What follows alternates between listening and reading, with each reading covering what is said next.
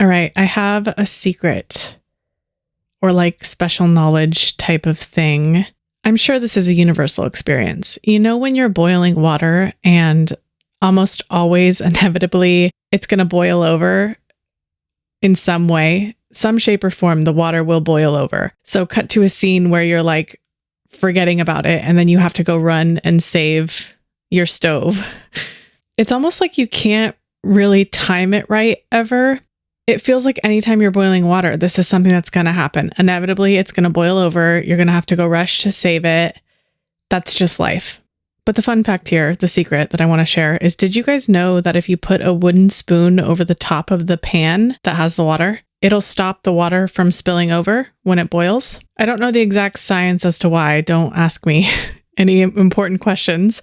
It's something about the material not conducting heat the way that metal does, so it stops the water. And I'm sure maybe some of you probably know this. It's not secret knowledge necessarily. Maybe it's already resonating because it's something you do and that's why it's coming to me, or it'll be a new trick for the others who don't know about this.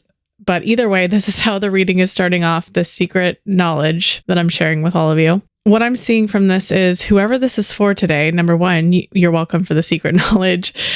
And number two, you might be at this time absorbed in thoughts and feelings about another person that are kind of like boiling, bubbling over. I feel a lot of mixed emotions. Like, it's a lot of back and forth. It's a lot of turning it down, turning it back up, having it reboil over. It's confusing because you're really over it from what I see. You feel very over it. You feel repulsed 1 minute by all the harm and neglect and whatever else you experienced. And then the next, this person is almost completely absorbing your energy, your time, your thoughts, your emotion, and it's coming out of nowhere. I sense like you don't want this to happen. You're kind of like fighting it, or you're discouraged each time it happens because it's so repetitive, or you're questioning why they keep coming back. What's the reason? This message will find who it's needed to find, and it will give you clarity, I think, on why this is happening and for what the bigger purpose is. Through these pulls towards this person, you are being what looks like very divinely guided. I want to call it training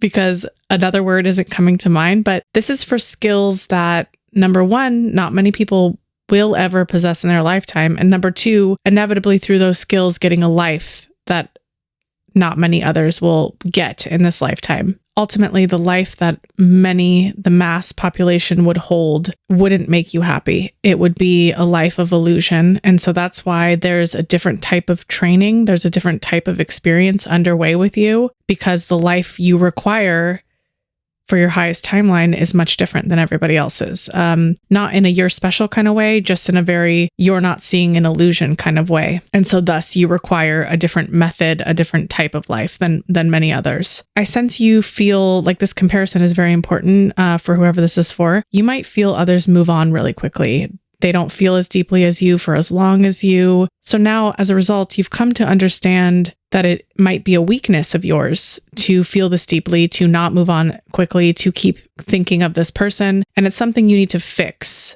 within yourself. It's some sort of obsession you need to like cap and manage, because others don't get stuck in this revisiting cycle like you do. This isn't going to be a cliche, you're stronger than everybody else, you're more special. I feel like I need to say that because this is not where this message is going. This message feels very specific in like the sense where it's going to explain why these obsessive pulls happen and why they are really setting the stage for this much larger thing in your life. It's going to kind of connect those dots. So even if you feel you're being pulled back in some way, or this is something you need to manage, there's a very important message for you that I think you should consider with this reading. It's not like a how-to type of message. You're already kind of doing the work. It's underway, I see. So for those who might feel discouraged with these instructional or these clarity messages, it's not that you need to do anything specific. You're already doing it. I think Spirit just wants to show you it has a much deeper purpose than you can clearly see when you're in it. I also want to touch on an important housekeeping note. I'm getting a lot of people here who are not ready to receive my messages, and that's to be expected. I came into this knowing that my method, my mission here is going to rattle a lot of feathers. It's just the reality of kind of being a reader who reads truth instead of illusion and false comfort, like what appeals to the masses. The bitter truth of being me and being kind of a disruptor or a truth teller is that a lot of people will project onto me as the messenger. Like, for example, the other day I got a comment telling me my delivery lacks confidence because I give too many disclaimers and I don't just get to the point. I get that a lot. When I get comments that kind of poke at me, it honestly confirms the message's importance and its clarity overall. Like, basically it means I'm poking at the thing that needs to be poked at, right? And that's why people's reactions are so unsettled. That's why they're directed at me. Usually people are guarding their illusions. And so the more reactions I get, the more it means I'm doing my job right. And I'm dismantling those wobbly illusions. I'm rattling feathers. I say all of this as a warning for you, not in a way to defend myself or anything like that, is if you feel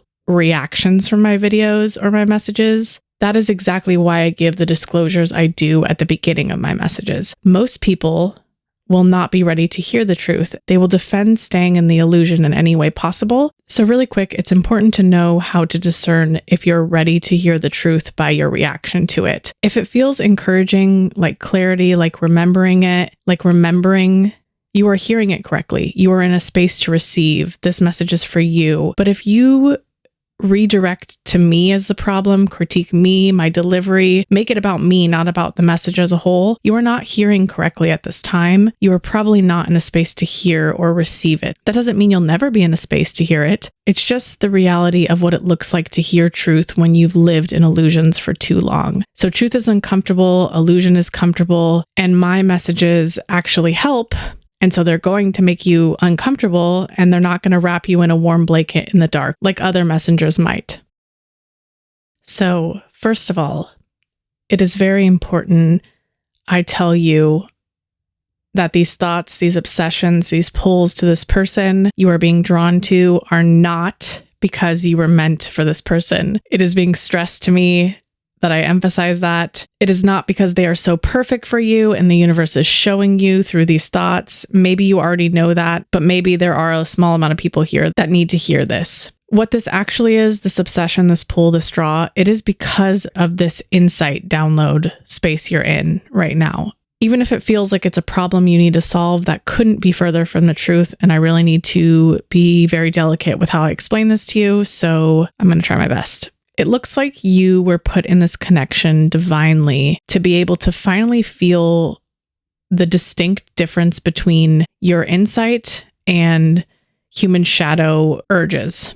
You were put in this space of connection and loss to be able to pick out and be certain of what real spiritual insights and guidance are. And there's a huge reward that comes with this ability, and I'll get to that in the next part. It seems important that I explain to you that there is a reward. It's not just all challenges, but the space you're in right now is essentially sharpening this signal. And it is one of the most advanced things the soul can do. And you're being pushed to do this with the removal of this connection. Many in their lifetime will not get this gift, this insight download, like you're getting, this space to receive. You are more tapped in than you maybe recognize at this time. I see you might recognize it later upon reflection, but it is shown through how sensitive and how stuck you feel on this person to how much insights and downloads you are actually getting and how much you are receiving on a regular basis. Those two are directly connected in a way you can't see. It would almost be impossible to know what your intuition is saying, to know what these downloads are saying, versus what your shadow or human self says without the hardships of this connection and its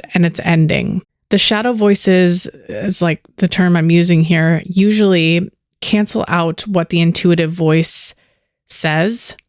These shadow voices that I'm calling it, for lack of a better word, usually cancel out the intuitive voices, the downloads, right? That is the struggle of the human experience. And that is why awakening and this process of evolving is so difficult, is intuition isn't just given, it's really earned. It's worked on every day. So That's why it's challenging to become tapped in or to hear insights or to be connected to oneness. The mass amount of people have shadow voices that are drowning out these insights and these downloads. And it's important I explain this to you because it's not that there's something wrong. It's that is just the human experience. That is why it's not just you wake up one day and you're insightful and you're awoke. It's a long process. It's difficult. So the reason, back to you, the reason it feels more potent or powerful for you, like these draws back to these person, these thoughts, these obsessions, is because you have much deeper psychic ability than you may realize, especially at this time. You were kind of given this gift of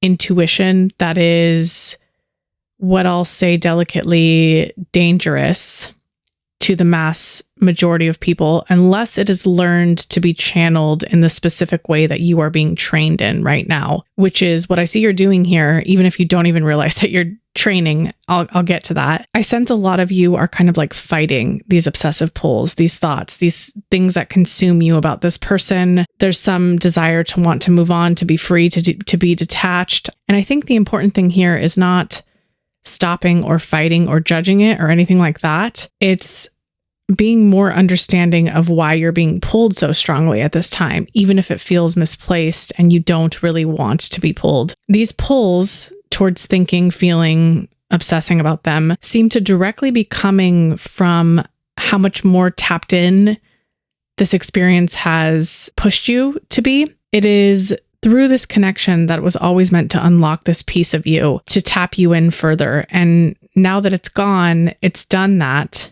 And your confirmation is being shown to you through this obsession, through these thoughts, which I'll explain. Spirit's message is really radical here, so bear with me here as I try to simplify it as best I can. It is to think of these pulls, these obsessions, these reflections from this person that you don't want to have as not displaying that they are valuable to you or that it is a direct reflection of your inability to get over it as a whole, but instead to shift into seeing these pulls completely removed of this person entirely and what it shows about you alone. To me, it seems these pulls, these obsessions, all of these things you're dealing with, these hardships, are a direct connection of your psyche unlocking a new signal of reception. This new insight ability, let's call it that, this new tapped in frequency. And I'll give an example here because I know that this is a complicated thing I'm trying to explain simply. You know, when you switch the radio from AM to FM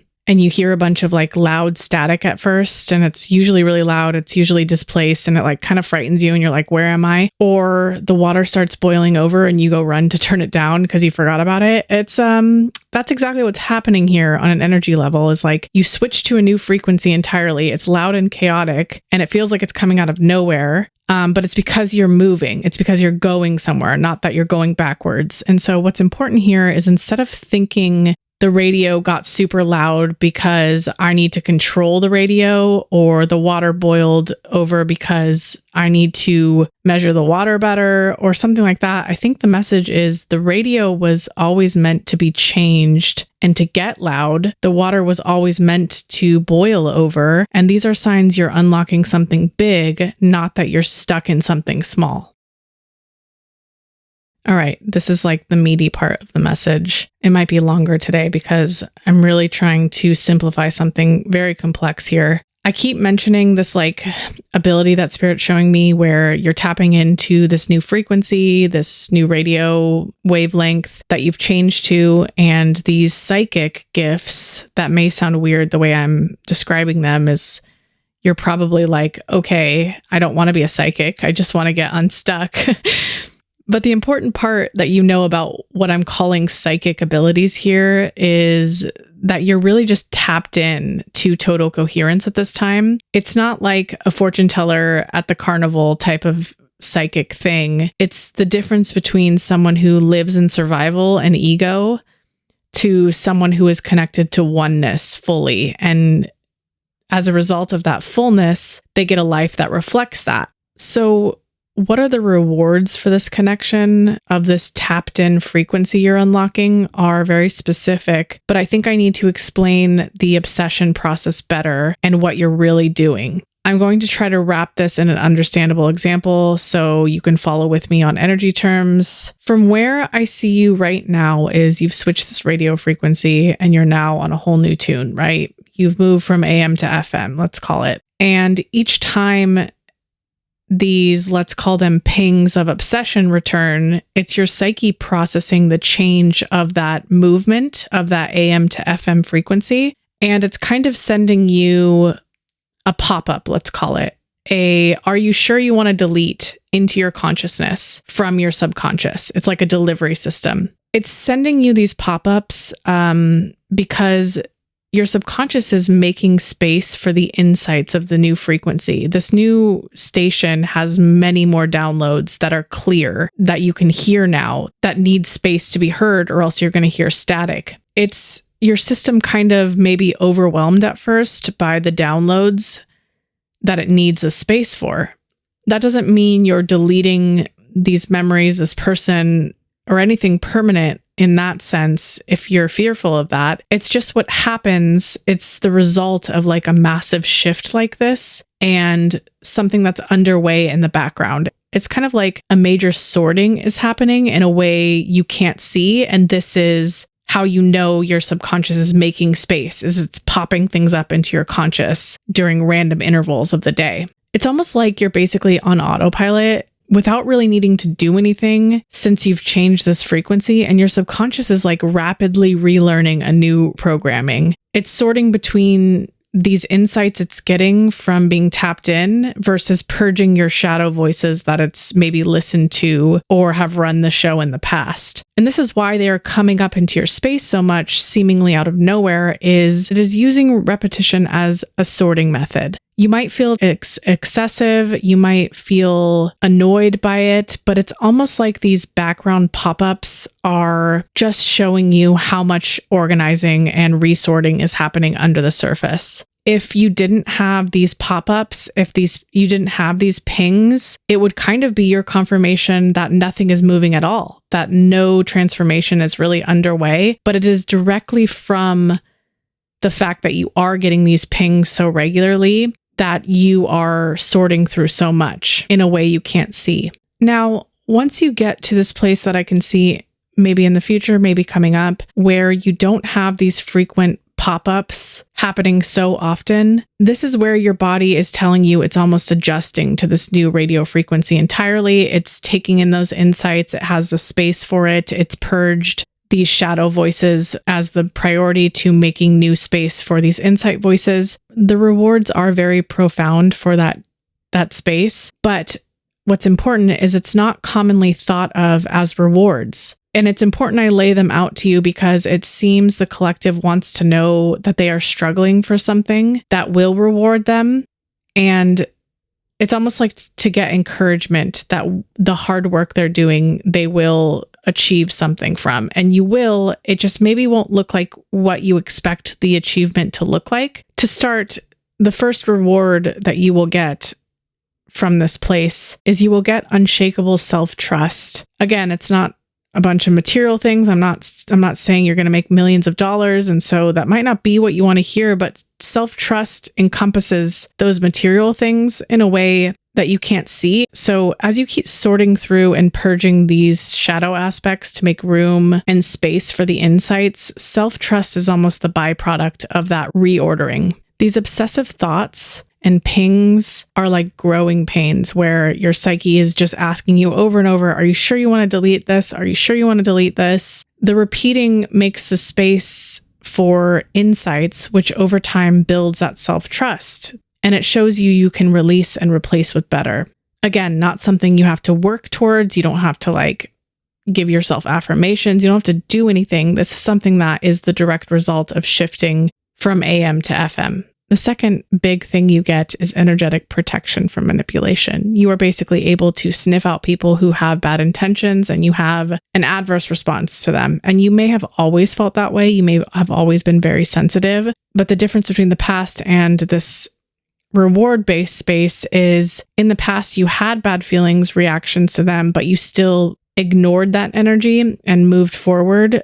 And with this, you will no longer be able to ignore that intuition, that protection. And the last and maybe the most important is the ability to be able to have connections without attachment to them. So while it's hard right now, it looks like this is a once and done type of growing pain experience. You may feel very attached to this person, but that is because through this attachment, you are integrating detachment fully. You need attachment to learn detachment. Where this is also impactful as a reward, and where all three of these things give you maybe what you view as rewards, like superficial things, I don't know, wealth, power, health, all those things are a byproduct of these three bigger things. This detachment that you will learn, this self-trust you will learn, this inability to be manipulated is so impactful, and it's so rare for most people because most people get caught up in distractions, illusions, manipulations, the inability to trust their insights, and they never can reach their highest timeline that they are destined for because of all of that. But I see you being able to speed that up and speed up your destiny through the growing pains that you're in right now. And that is the real reward of the hardship that you're experiencing right now. It's not just an empty hardship. So your rewards, while not really thought of conventionally as rewards, they kind of just sound like buzzwords like self-trust and not being manipulated and being able to be detached, are really the actual containers and the tools that give you what you think of as abundance, which is probably money and success and freedom. Those things are within these containers. Self-trust, attachment, these things I mentioned are actually what puts you on the path to your highest timeline in the first place. And that seems very clear here from what I'm seeing. So this is a very profound message today. It's telling you very clearly that this obsession you feel, this draw to this person, is really a confirmation that you've changed your frequency so dramatically. It's not about this person at all. It's really showing you that you're purging the old you and making space for this connectedness, these insights from the divine. It's difficult to really look at these pulls as anything other than being stuck. I can see that very clearly here is like that shift will make or break this experience for you. And I think in a way it's kind of testing the pulls. Each time your psyche asks you, do you really want to delete this? By bringing this person up into your consciousness again, it is showing you the process of your sorting to you, not the regression of going backwards or getting stuck in it in any way. It seems rare that others don't experience this level of emotion after something ends, or this level of obsession like you maybe are. And you may be right by thinking it is rare, but it's rare not because you're stuck or there's a problem that you need to fix. It's rare because you took this experience and you're alchemizing that pain in real time, which is something people do not do. And this is being directly shown to you by something we all assume is obsession or regression, when in reality, it is you making progress. The reward for purging and doing this kind of deep work is getting a life where people actually match your essence and can see it because you did the work to make the space for it. This last part is for newbies. If you're new here with me now, I need to inform you that leaving comments helps me channel more effectively. Think of this as an energetic nudge where I can pick up on and be able to sort through what you need to hear easier. This doesn't mean you have to share some grand, intimate detail about your life in the comment section for everyone to see. They can just be simple, energetic nudges to feel something from you. It just helps me channel better. But if you're nudging me a lot and maybe I'm not picking up or channeling for you, I just want to clarify, it's not like a line where you're waiting for your turn because others are being more prioritized over you. It's more of divine timing. The message will find you and direct when it's needed for you. This has nothing to do with how powerful your energy is to me. I may feel it very strongly, but it may not be the time to tell you something. It's all about timing. And then finally, I want to say that my neutral positioning to responses might be jarring to some, but this is really how I protect the energy I channel. I want you all to know that I literally read every single one. They are all so honored. I'm actually a little bit insane about reading everything. The way I actually honor your comments and nudges is through the quality of my readings, not through responding to some or cherry picking those who get hearts today and likes today. You are all equally being prioritized here, not a few here and there randomly. So thank you all for being here. I love you probably more than makes sense for some strangers online that I've never met in the physical world. But here we are feeling like we've known each other for our whole lives. So cheers, friends.